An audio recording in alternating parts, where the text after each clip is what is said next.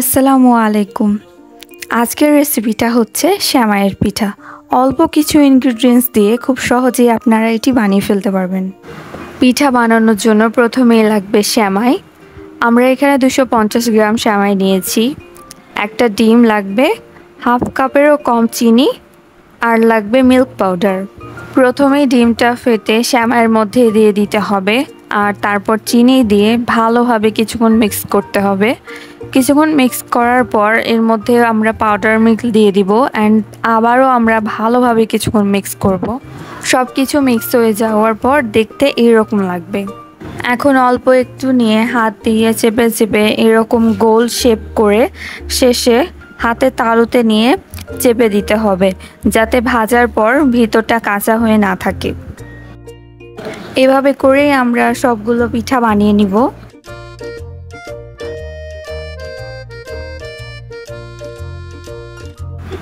তো একটি কড়াইয়ে তেল দিয়ে তেলটা একটু গরম হয়ে আসলেই আমরা সবগুলো পিঠা এক এক করে দিয়ে ভেজে নেব।